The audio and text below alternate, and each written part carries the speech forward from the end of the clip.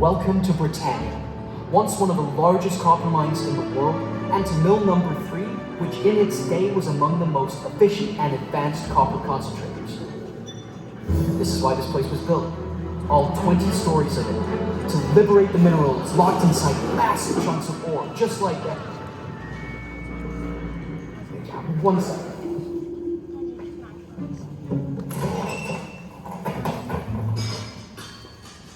I'm so sorry I see this. We've got a much bigger rock on order.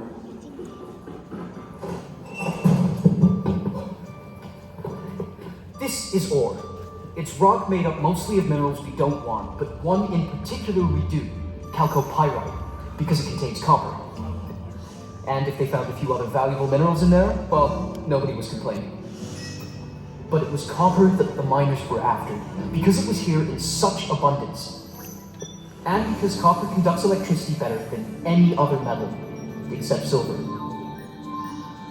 If electricity is the modern world's lifeblood, then copper serves as its veins and arteries. Without it... Yeah, sorry.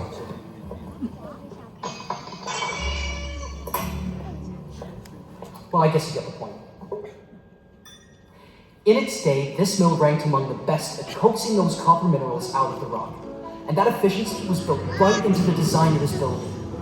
Each step in the concentration process was located one level below the step before, so that gravity was always helping to move the heavy ore along.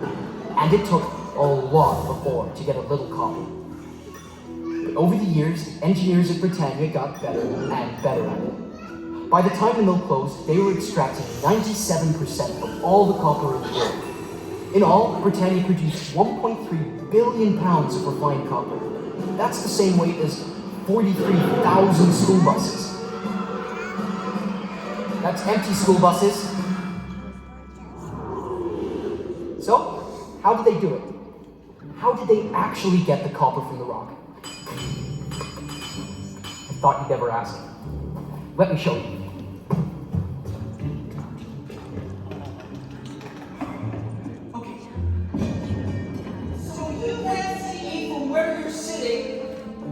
But I'm in the uppermost level of the mill. The milling process began with the arrival of train cars loaded with ore from somewhere within the mines 240 kilometres of tunnels.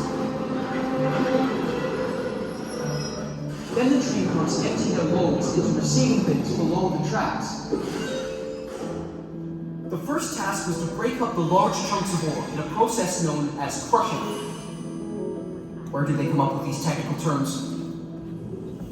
Although it appears empty today, the crushing level was once filled with large machines.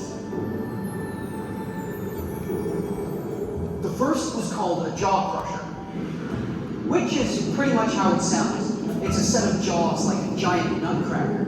It breaks the larger bits of rock down into smaller pieces, about the size of a softball. All the ore was then sent to a second machine called a cone crusher. Like a giant pepper mill, it crunches up the softballs into even smaller pieces, about grape size. And from here, conveyor belts carried the crushed ore to the grinding mills. This is where the rock went into large rotating drums, filled with either steel rods or balls like this one. It's always heavier than I remember. The balls tumbled around inside the drums and smashed the rock into even smaller pieces. From there, we go to secondary grinding. Now mixed with water, the ore was washed into more ball mills. And as you can see, there were a lot of them. On several levels! The ore was then eventually ground down to the consistency of fine sand and water. But now all the different mineral grains in that muddy slurry have to be sorted out. And this is where it gets really interesting. They actually found a way to get rock to float. Well, some of it anyway. In flotation, the ground up rock and water mixture was poured into troughs. Certain aromatic oils were added. Here at Britannia, they like to use pine oil. Then, air was pumped to the bottom of the troughs to create bubbles. As the air bubbles rose through the liquid, The bits of copper mineral clung to them and were drawn to the surface, while the other minerals sank to the bottom.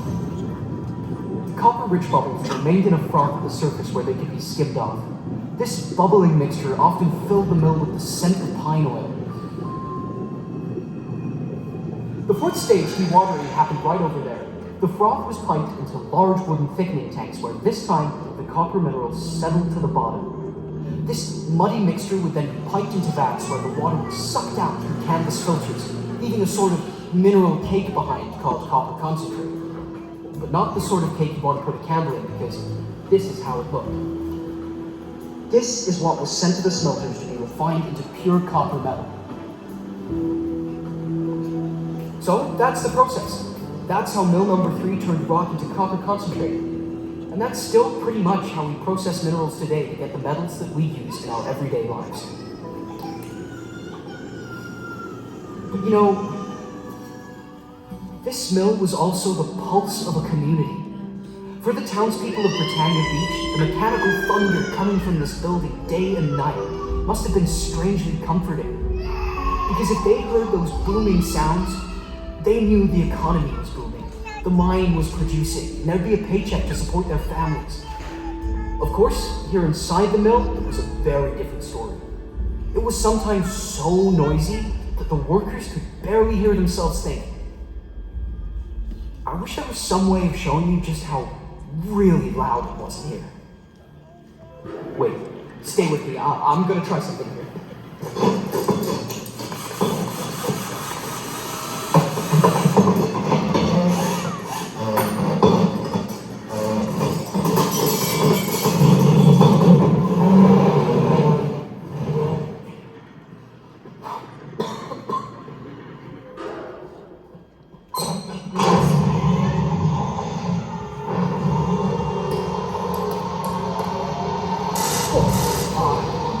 That can happen. Good. Okay, so the skip. The skip is a kind of sloping freight elevator used to carry the heavy equipment up to all the various levels. But workers riding it, that was absolutely forbidden. It's just too dangerous. Even empty, the skip weighs 3 tons. 15 tons with a full load. Imagine if it could break free. Anything in its path, like where you are sitting now, just... Well, fortunately that never happened. Okay, good. Anyway, there was plenty of other things going on here. For one, they were always repairing equipment or installing something new to improve the concentration process. Sometimes a particularly stubborn boulder would get caught in one of the receiving bins and have to be cleared before the next train arrived. And up there, the shift foreman would be told when they needed to deal with it, with a well-placed stick of dynamite.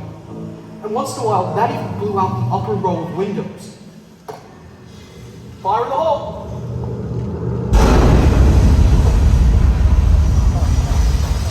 Okay, that's got it. And here comes the ore train.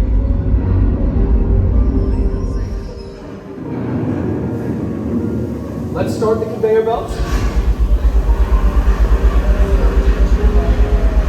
And now for the jaw crusher. And the cone crushers. Now 3 ball mills. On to the flotation tanks.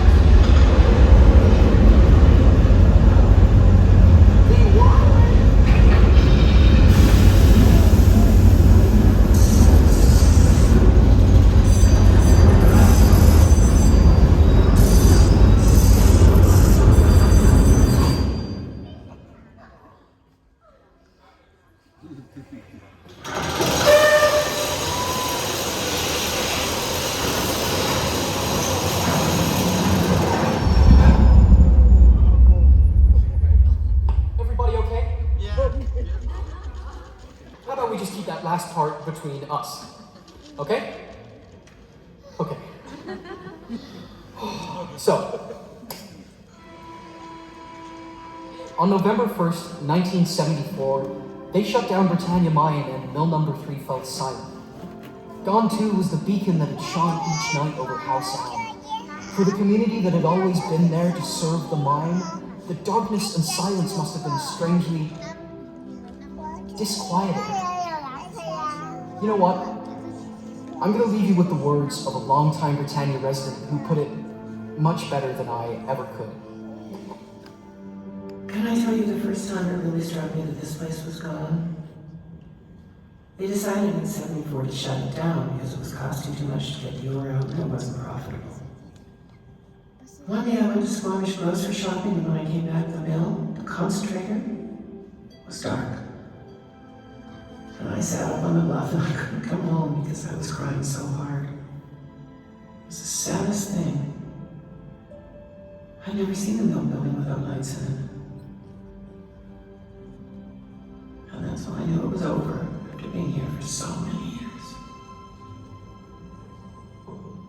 So the people had to move on. But the building itself remains, a testament to all who lived and worked here. And today, it's a National Historic Site. So I hope next time you're driving by, you might have a better understanding of what happened inside this amazing old building leaning against the mountainside. But not everything that happened, because some of that stays between us, right? Thanks for coming.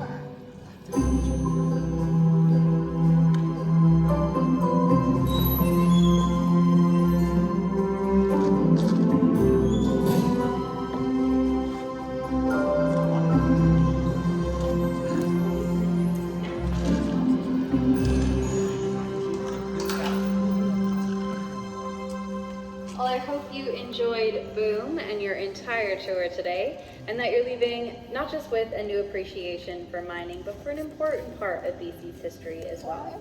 Thank you again for taking the time to fill in those surveys. You'll see a couple bins by the door where you can drop them off on your way. My name is Angie. If you have any other questions, please feel free to come up and ask.